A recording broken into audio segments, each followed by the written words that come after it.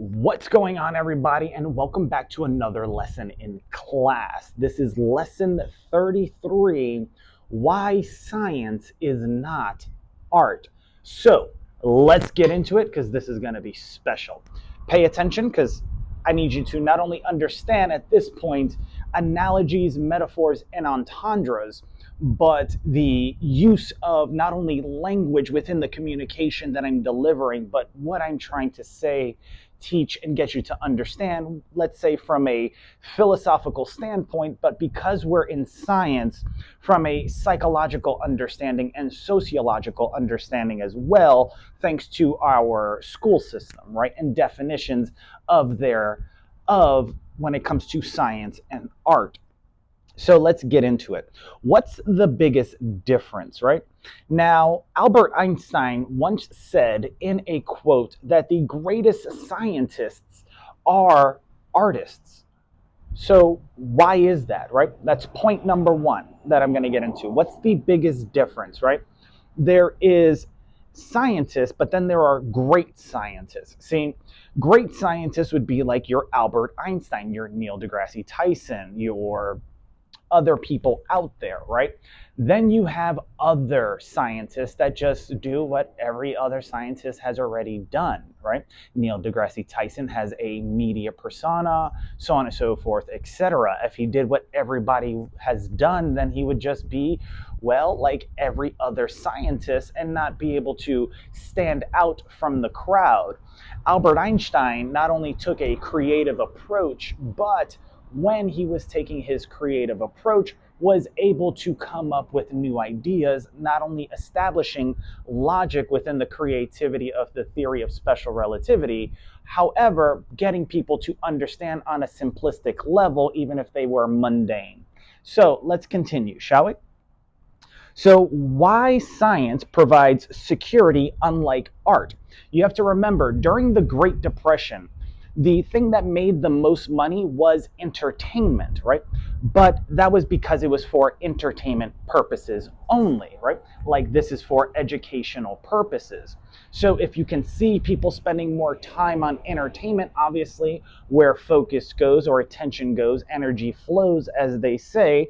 And if you want to follow the cash flow of money, look at where the eyeballs are because we are in the attention economy these days in comparison to other things, as well as the information, or should I say the knowledge economy as well. There's tons of information, but how do you digest, process that information and break it down simplistically? This would be knowledge and wisdom, giving birth to one gives birth to the other. Knowledge gives birth to wisdom, as that not only gets redone over and over again, but then that gets passed down and you get to see your advice follow through. Now you're in a wise place, so on and so forth, moving into insight. But let's talk about it, right?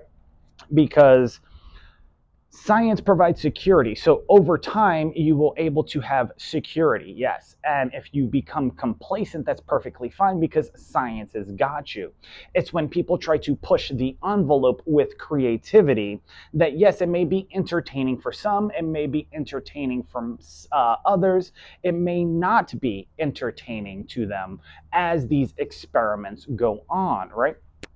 For example, right, science provides security, right? During COVID, we had an issue where everybody had to work remotely. Mic check. Had to work remotely. So they had to rely on science, right? The entertainment part of the factor that was science was, well, Zoom, face-to-face calls, people taking calls in their pajamas, so on and so forth. They made advertisements of people being dressed up from the waist up and having pajama pants, etc. I think it was a Folgers commercial or coffee commercial. Somebody went to go get another cup of coffee and they were dressed up in a suit, tie, and everything up here. And then when they stood up, they had, I think, boxer shorts on or like pajama shorts. It was quite comical. And they forgot that they were being recorded or on screen or on camera. But that innovation, although was both entertainment based upon art, right? Because you need to have a creative mindset to say, what if, that TV show, The Jetsons, that was on Cartoon Network? What if we could do that for real? and then bring it to fruition with science perfected over time, so on and so forth, right? So it brings security. You know it's going to work, it's somewhat reliable, and then you know they're going to push the boundaries now with everything that's out there. So that's what I'm kind of referring to, but as long as we go deeper and you stick with me, you'll go ahead and understand this. And if you haven't followed me yet, go ahead and hit that subscribe button. It not only helps the algorithm push the video out to more people, but it's a harder metric for them to follow because, well, if the algorithm says, oh, this person not only paid attention but followed you, I'm going to show this to more people that pay attention and follow. So please follow if you haven't already. And if you know somebody that's interested in stuff like this, please let them know to go ahead and subscribe so they could get all the benefits of all these free videos, so on and so forth.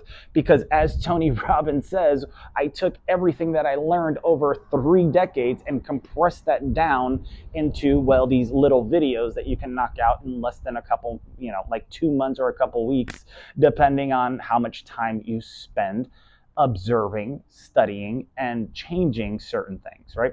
And I would highly suggest that they start with the first part of class, which would be creativity. So let's continue moving forward. So what about science, right, makes it special in comparison to art? Well, I talked about how it provides security, but it also gives certainty. And if you listen or study Tony Robbins, one of the human needs that people need is, well, certainty, i.e. security. Certainty is you know it's going to happen. Security is you know it's going to happen and nothing's going to happen to you, right? So they need those two things to feel safe to move freely. This doesn't just work in any type of environment, it works in almost every environment from a psychological standpoint. People will act a certain way if they know their back is covered, they have the inside track, people have their back, they're being watched, i.e. they have security, they're certain that this is going to work, they're working with top professionals, they've been trained by them, so on and so forth, yada yada. So they're able to carry out certain behaviors until that gets challenged by, well, creativity or art, right? Because those are two separate things, right?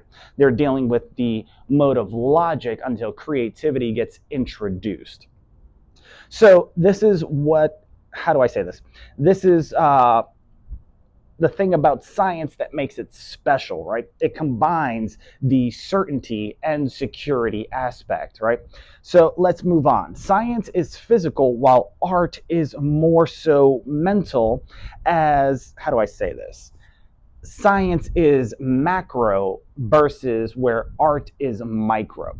So if you were in business, you understand that there's macroeconomics and then there's microeconomics. All you have to do is understand the first couple letters in that, and macro would be for the masses, and then you have micro for a small group of individuals. See, not everybody enjoys or likes art. Everybody benefits from science. And why do I say this? Well, you have pharmaceutical companies, doctors, scientists, botanists, so on and so forth, agricultural specialists.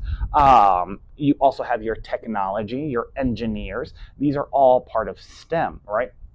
And because of that, well, it hits a larger group of people. The select few who like art, for instance, a Rembrandt, watching a movie, watching a TV show, going to events, so on and so forth, and watching a performance, better yet, being in a performance. If the world is your stage, whom are you playing? So these are the things that you have to understand when it comes to the differences between the science aspect that's been proven over and over again. So that provides security and safety, but then the artistic part, which provides the somewhat of uncertainty and variety that Tony Robbins also talks about when he's talking about human needs. Yes or yes. See, without creativity and without art, you wouldn't have variety and uncertainty. And without science, you wouldn't have certainty and security. So let's continue, right? Science is logical while art is obviously creative. Now, if you see past lessons, obviously you get this. If this is your first video and you've been here with me for now close to 10 minutes, please go ahead and smash that like button if you learned something yet, or if you're picking up what I'm laying down within my jargon. But what I mean by science is more logical and art is more creative. Well, normally with creativity comes fear, whereas with science comes safety and security. So if you combine the two, you will be able to not only manifest, but if you understand both dynamics and bring them together, you're going to get an adrenaline rush while you're attempting to do something new with something that's scientific that started off in a creative mind, if that makes sense, right? How many of you had to try new technology, got a new laptop, got very excited, etc.? It worked or it didn't work, right? These are the things that I'm referring to. But how did that computer get in front of you, right? How did those those movies get in front of you? Well, you had to see a creative advertisement, and then they had to film the movie to create the advertisement using technology, so on and so forth. So it's logical that somebody used a camera. How they use the camera, well, that comes from the artistic side. The technology and how it works comes from the scientific side. So if you push the button and the camera turns on, that's very logical. That's what it's supposed to do every single time. If you now use that camera to film something and somebody goes off script, right? That is creativity within the fold of the art being produced, if it's on video or if it's a photo or if it's art, etc., so on and so forth, if they're performing on stage. Right? So science is logical while art is creative. That's point number 5. Yes? So what happens when art mixes with science? Well, when art mixes with science, two things happen: innovation and beauty come about, right? And what do I mean by this? Anybody who has a business or has wanted to start something, right, had to create something, right? And I'm going to use Apple as an example. Why are you drawn to Apple versus Android or Windows and Microsoft, right?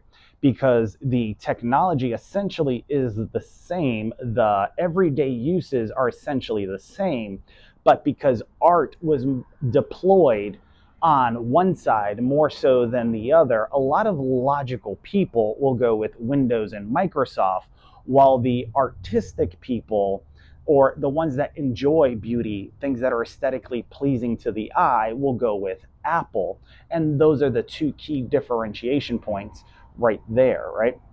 This is why they say people who are in the creative field in business or marketing or whatever normally operate with Apple.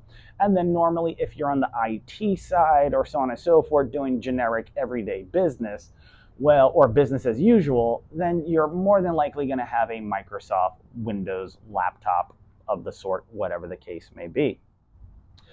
So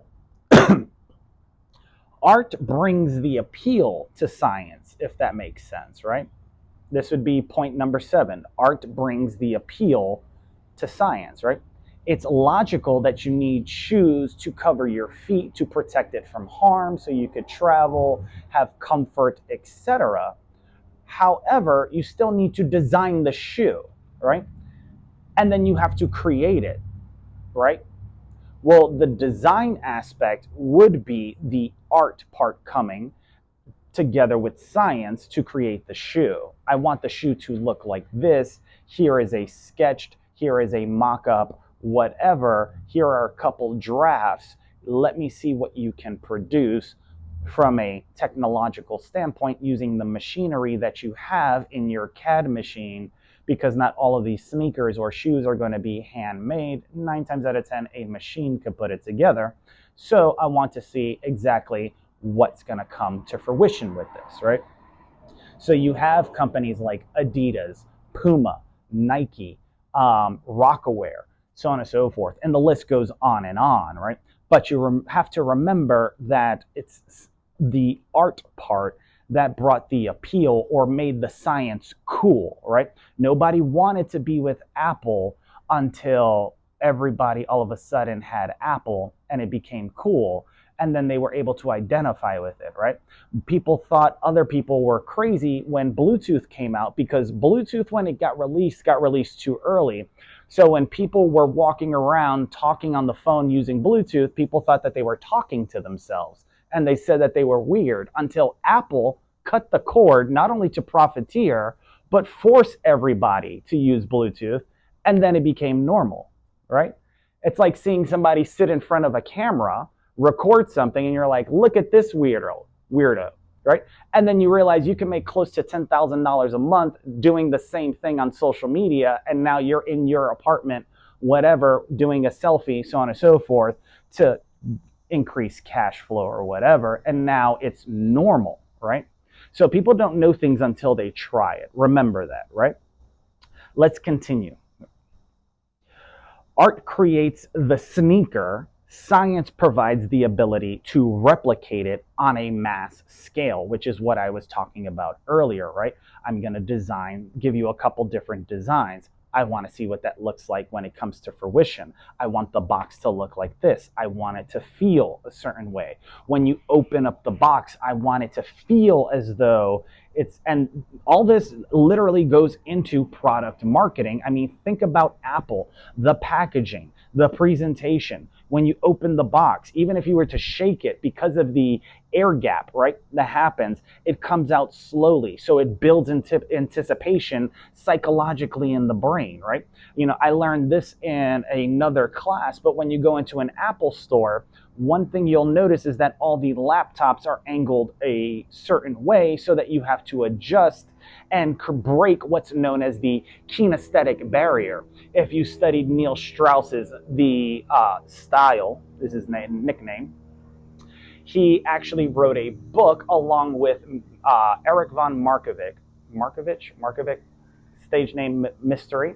They're best friends, but they wrote something called the Mystery Method, and they talk about breaking the kinesthetic barrier, meaning touch, right? Kino, meaning touch. This is why dancers and people who don't dance have different orientations and mindsets, because they break the kinesthetic barrier when they dance and they come into somebody's personal space, which is a certain proximity from someone's face, heart, and vital organs. So think about that, because what happens is it tricks the brain into saying, I want this thing because I associated with it. I got to break the kinesthetic barrier with it, so on and so forth, and I have now create what's known as an attachment to this thing, right? A physical attachment, creating a mental one. Another thing you can do is notice if you're watching this, or if you guys ever get to watch this and I get to thousands of followers or subscribers, right? When you're watching your favorite person on television and then you get to meet them in person, it almost feels as though you actually know them. But what happens is video tricks the brain into thinking that you're actually spending time with an individual. But when you meet them in person, there's a disconnect, right? They're obviously on a pedestal. It's a dream come true. It's a wish, so on and so forth. However, you assume that you know them based upon how much video you consumed, because that tricks the brain as well. And there's things that you don't know about these individuals that you need to, well, ask questions about, right? Yes, they created a movie. Yes, they created some other stuff. Yes, they're an amazing artist, scientist, whatever the case may be. But how did they get there? How did they keep pushing? What was their secret, right? A lot of people will ask certain questions. Oh my God, I loved you in the movie. I always wanted to meet you, blah, blah, blah, blah, blah. They never asked, why'd you keep going? You ever wonder, why'd you keep going? When it was so hard, how did you keep going? Or why? What motivated you? This, that, and the third, right? Or what happened to you when you were like in your younger years, when you were a teenager? What happened to you when you were a kid? So on and so forth, right? That, did you want to always do this, or did you go to school to study medicine and then your life took a different path, right? These are all questions that people don't normally care about because they only highlight in video what they want you to see, right? The news is great at this. They're not going to tell you all the news that's happening. They have to work as a cohesive unit. So you'll see these media pieces go out where they have skits where all the news stations are actually saying the same thing, right? Because they're working as a cohesive unit. And the same thing works when you're either building a personal brand, so on and so forth, working with a team, or, all these things when it happens psychologically, right? So remember that, right? Art creates the sneaker. Science provides the ability to replicate it on a mass scale. Art came up with the idea that artificial intelligence would be great. Science and technology took it a step further so that it can be spread amongst the masses to understand the populace better, right? Now, when it comes to class, right, you have to remember, I reiterate this at least once in almost every lesson, that the acronym stands for creativity, logic, art, science, and spirituality. And based on the history books that I learned from, part of the school system that is class came from, well, the wartime when they needed to produce more effective soldiers. It was so efficient, they adopted it into the public school system. So you have to understand that to understand how things work, right? You have to understand creativity, you have to understand logic, you have to understand art, science, and so much more. But then how do you differentiate, right? Because if there's similarities, and we'll get into that in a second, right? For instance, the military is amazing at employing all the lessons in class or classe, remember, in different languages, i.e. Romance languages or whatever, there's an E at the end referring to emotion, right? Now, when you are emotional, people may call you bipolar, depressed, excited, manic, this, that, and the third, nervous, terrified, scared, thrilled. And all these words have definitions, and it puts your brain and your brain waves into a certain mindset. So you have to manage certain things, right? You can't take everything at face value because you're complacent, because you know what the person is saying, at least you think you do, right? So think about this. How do I separate science from, well, art? Well, art, you have copyright law and things like that that protects people from mass production of someone's art, let's say a Da Vinci, a Rembrandt, so on and so forth. But now what happens if I was a scientist or a technical person, right? And I wrote a program. Well, there's two things. There's open source and there's closed source. See, one is open to the public. The other one is private, the way Apple designed their structure. Android is open source, so people can tweak it and anybody can put their hands on it, right? So if it's open to the public in the law aspect, right, it would be, well, in the public domain, which means it's accessible by everybody, right? Open source, right? It's open to everybody. It's in public, right? Whereas closed source software, operating systems, so on and so forth, are private, like copyright infringement in law that protects artwork from being replicated on a mass scale, i.e. plagiarism in colleges, high school, and other universities, right? The terminology still means the same thing. It's just a different word. If you study spirituality, they talk about the Tower of Babel, and then they also mixed up everybody's languages, so on and so forth. What if you were just using one language and you just mixed up the words? Think about it. That's genius, right? It's not only simplistic, you only have to learn one type of language. Now you just focus on all the things within that language because you know all the vocabulary. You incorporate AI, you speed up the process of execution, efficiency, and understanding. And now, boom, there you go, a secure communication, right? Sort of, right? If you keep it private, that is. So let's continue. Point 10. Art provides emotion while science tries to understand the emotions, right? You go to a movie and all of a sudden you start crying, right? Let me ask you a question. If you're a female or you're going out with somebody who has more feminine energy and you've seen the movie Titanic, did you cry? Or what about Marley and Me, the movie with the dog, right? And the dog, so on and so forth. Did you cry, right?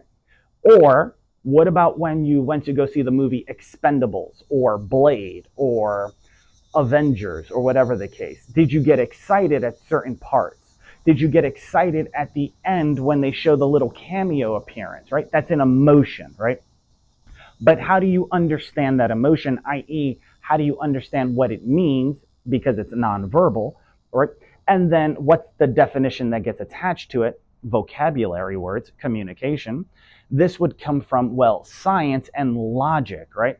It's logical to voice some certain things, right? Or write about it, or talk about it, or discuss it, or etc., right? It's also creative, right? To feel an emotion that might be new, right? Or artistic, to feel something, right? Because science can really science can talk about emotions. However, it's their job to understand it. Psychology, sociology, social dynamics, social engineering, which is a part of social dynamics, and sociology and psychology, so on and so forth, within that field underneath science, within medicine or science, give or take. And then, of course, there's the scientific aspect, which would be neurology. So think about that, right? You have neurology, which would be the scientific part of the brain, right? Understanding the cranium, right? Your dome, so on and so forth, right? And then, of course, you have psychology, understanding the psyche of the individual. And then you have sociology, because we are social creatures, groups of individuals, and how that individual interacts with other individuals, if they adopt herd-like mentality or not. Do they conform? Do they consume? Do they turn into a chameleon and blend in? Do they adapt and overcome? Do they have a flight, freeze, or fight mode within them, right? And this comes from the psyche and the sociological part of everything. The neurological part would be saying, these chemicals are released, they're affecting this area in the brain. I can do scans, use technology. I can read the theta, gamma, and alpha brain waves, etc., yada, yada, yada. And I can also see the speed at which neurons are processing as well.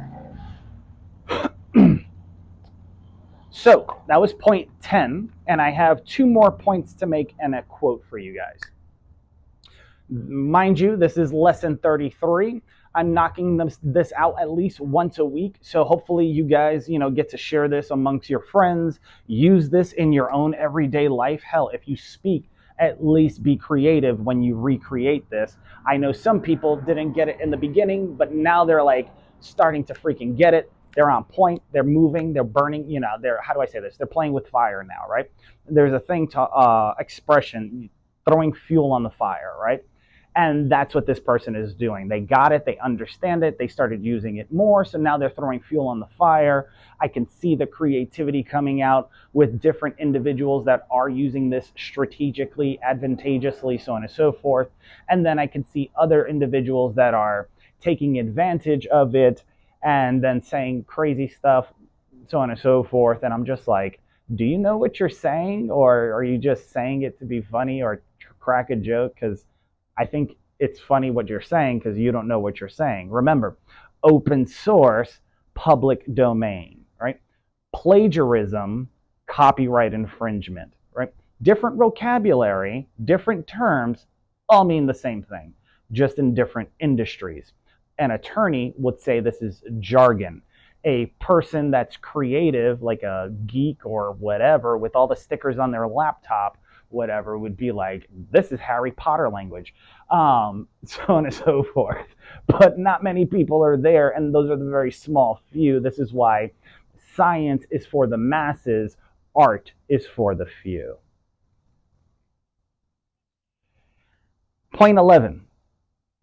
As art expands the imagination, science seeks sometimes to find the truth within it.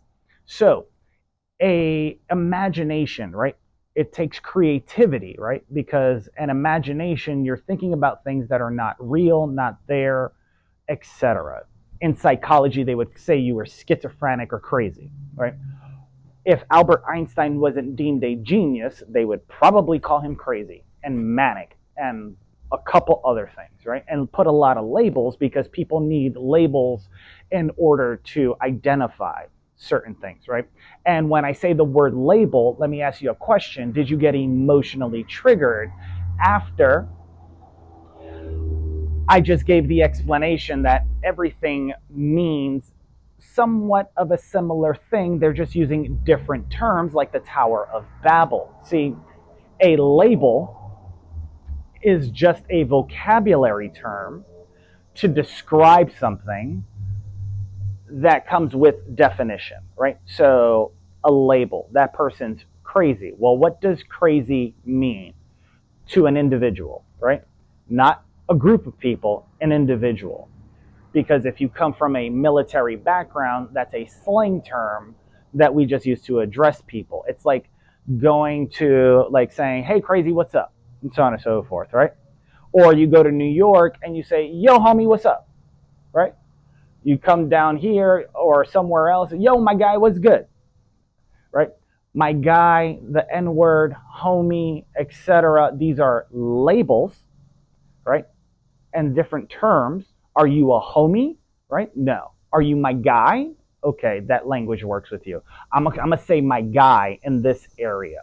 But when I go to New York, I could be like, yo, homie, what's up? Yo, blah, blah. This is YouTube, so I'm not going to say it, but you can understand what I'm going to say, right? Yo, what's up? Blah, blah, blah, blah, blah, right? Or yo, what's good, right? These are all different phrases and terms. In essence, it's a label to give you a definition that has meaning so that you understand it, right? In the psychological scientific world, labels come out every day in psychology. However, you wear labels every day. Nike, New Balance, Asics, hell, Walmart, Target, Goodfellow, right? Those are labels, but we call it brands in business, right? We don't say, oh, these are the labels. No, we call that a label, right? Put the label on the box, okay? Right? Not the brand, the label, right? Because people need to identify, right, certain things so they can have understanding of the world around them or they'll freak out. This is very true.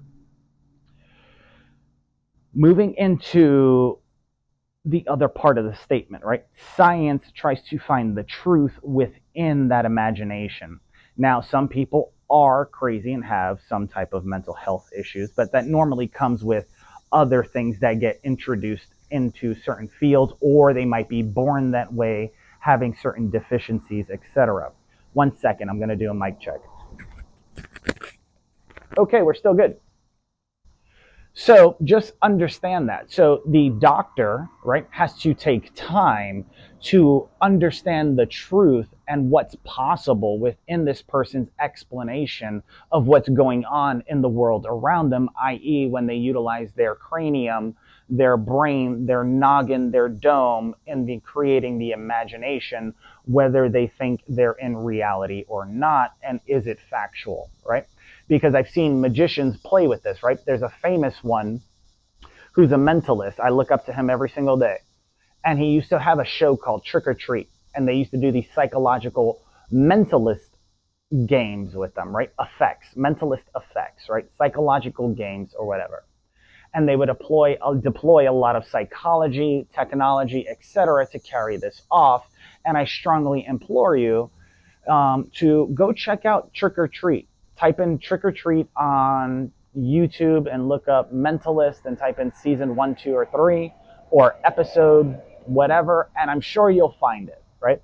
And then tell me what you think about it. Because, see, the mentalism or the magical aspect would be the art side, right? The creativity and the art. The stuff utilized within there would be deemed science. This is why magicians fall into both categories. We're carrying stuff from our imagination and bringing it into fruition, utilizing not only what we see in the world around us, but what is actually tangible in the world around us as well, whether that is psychology, sociology, technology, so on and so forth, and so much more, utilizing this and this to create, right? So let's continue and let's move forward. Art is the expression of freedom, whereas science is the expression of power and control over the artistic discovery of that freedom. So let me say that last point, and this is point 12, right? So art is the expression of freedom, whereas science is the expression of power and control of the artistic discovery of that freedom. What do I mean? Well, if you study history, we have people like Nikola Tesla. Now, although he created all these inventions, where are all of them, right? If he created free energy or wireless electricity, where is it? Why are we paying so much for it? Think about it, right? If we have people creating the impossible burger and then stem cell research and they're able to do 3D printing and they've cloned sheep and mice, how come there's still people walking around with appendages missing when they could just take stem cells, 3D printing, along with their cloning technology with CRISPR and everything else, put that, make it have a baby, regrow the body part, attach it to it, the body that's missing, if somebody's missing a leg that got blown off, or an arm or a body part, or maybe they need a kidney or a heart or a lung. Why not reproduce that? And now they could continue moving forward and you have a perfect 100% match. Think about it. Because first, somebody has to not just express their artistic side and bring it forward, but then science has to understand it. And with great power comes great responsibility, because that's going to be something that's not only expensive, but you have to determine the risk factor that comes into play when people, and I could just say this, everybody's crazy.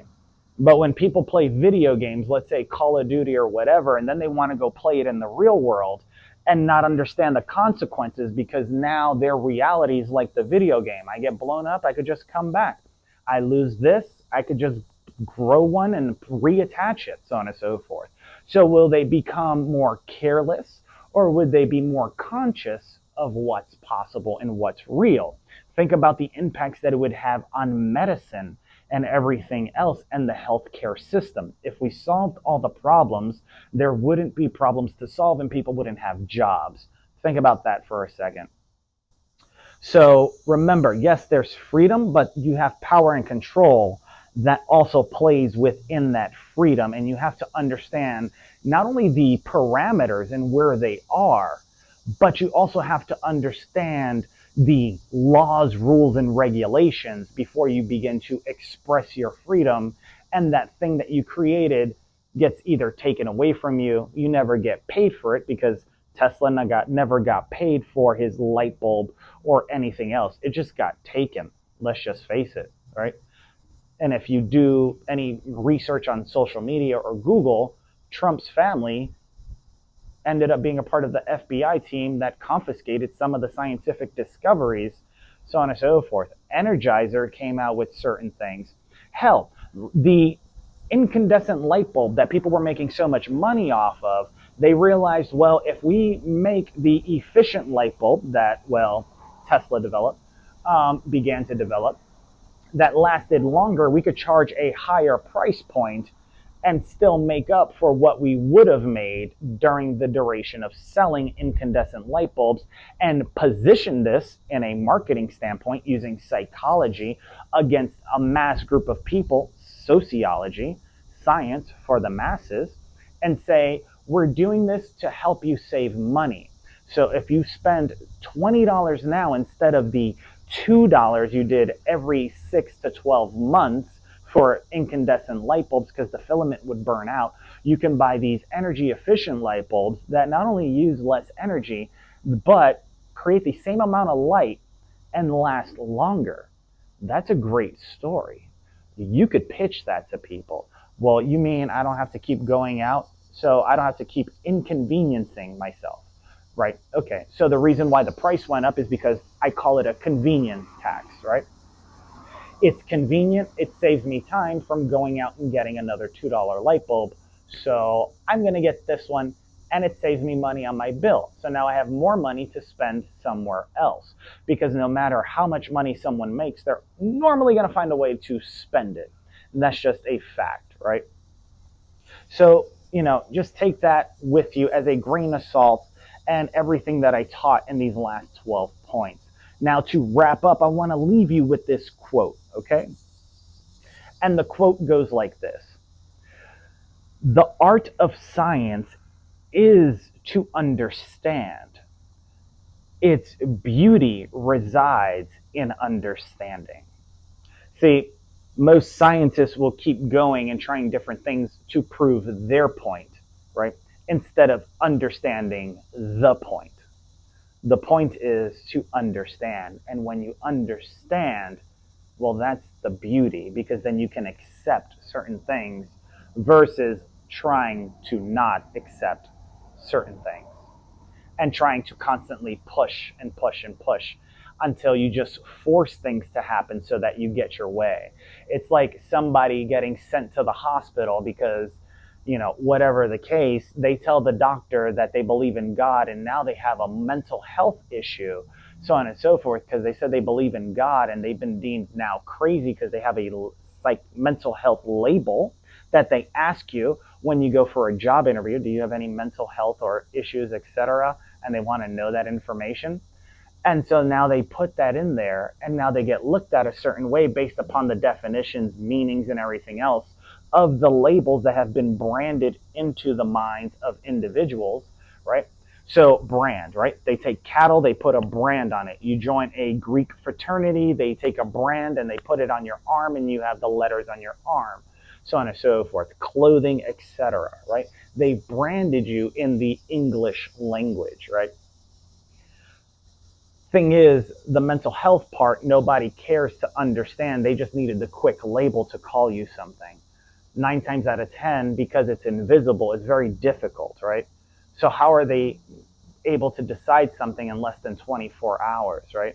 What if that person said that they gave them a mental health label within less than 24 or 48 hours, but then forced them and put them in a position to have to keep going back, so on and so forth, so that the doctor could prove their point, whether that was through nefarious acts or from interjections from other individuals that were trying to prove their point.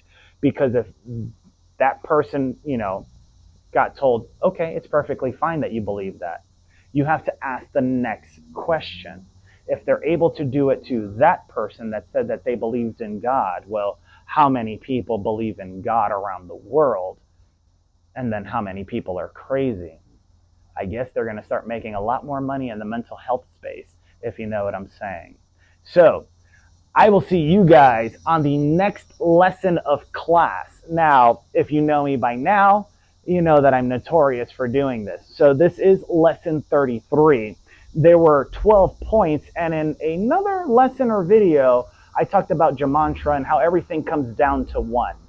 And if there were 12 points, 1 plus 2 equals 3, so on and so forth. So that would be your 333, adding up to 9. And then, of course, if you multiply that, it would be 18. 18 simplified would be 9. But because we're messing with the, let's say, science aspect of class, if you speak to an optometrist, you always see things inverted according to their scientific teachings. So it wouldn't look like a 9, but a 6, which 3 and 3 add up to. So till next time, my friends, I will see you later, and I will see you in the next lesson of class. Bye-bye.